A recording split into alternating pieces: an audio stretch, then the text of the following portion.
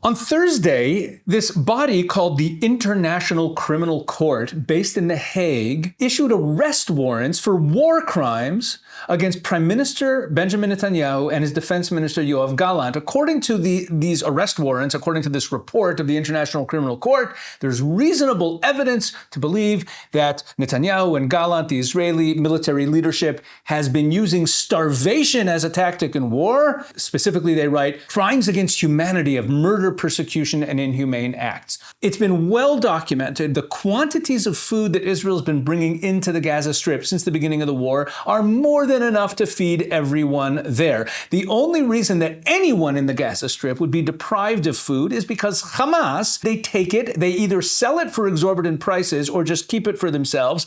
The only people we know for sure are actually starving in the Gaza Strip are the Israeli hostages. The bodies that we found of dead Israeli hostages showed signs of starvation. Israel is not using starvation as a tactic in this war. Again, Israel's allowing in plenty of food. Second claim here of crimes against humanity, of murder, persecution, and other inhumane acts. It has been documented over and over again by people such as Colonel John Spencer, the head of urban warfare studies at West Point. The civilian to combatant ratio in the Gaza Strip is the lowest in history. Israel has done more than any army on the planet ever to protect civilians from death.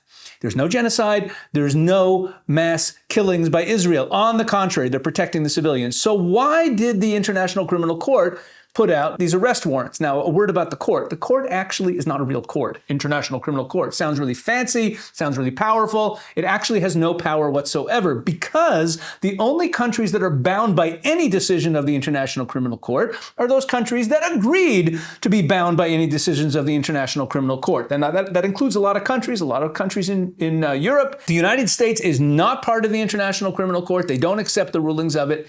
Neither does Israel. So it doesn't actually have any real legal jurisdiction. In fact, Donald Trump put an executive order calling for personal sanctions against the members of the International Criminal Court in the event that they target U.S. personnel or the personnel of U.S. allies like Israel. So Trump put this executive order on. When Biden came into office, literally 2 weeks after he came into office, there was a letter signed by a whole bunch of left-wing NGOs, including Israel haters like J Street and George Soros' Open Societies Foundation, calling on the Biden administration to rescind Trump's executive order. In other words, these left-wing groups wanted the U.S.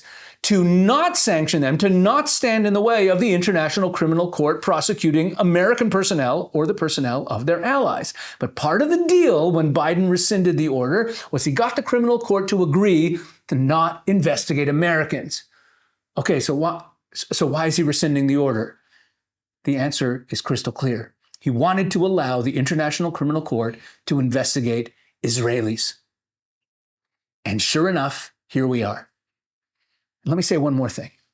I just mentioned at the beginning that the two claims in the warrants, the Israelis are starving the Gazan people and that they're murdering them. These two claims are demonstrably false, but the U.S. administration, the Biden administration, has allowed these false narratives to be out there and they've given them legitimacy. All of this screaming and yelling all the time by the Americans, Israel's been forced by the Americans to allow humanitarian aid in to resupply Hamas and perpetuate this narrative that there's not enough humanitarian aid. This is what led to these warrants. So when you look at these warrants and you say, oh, the U.S. isn't part of it and the U.S. said that they don't agree with the warrants, understand what's really happening here. If not for the Biden administration allowing the world to believe, going along with the lie that Israel's committing war crimes, these warrants never would have been issued.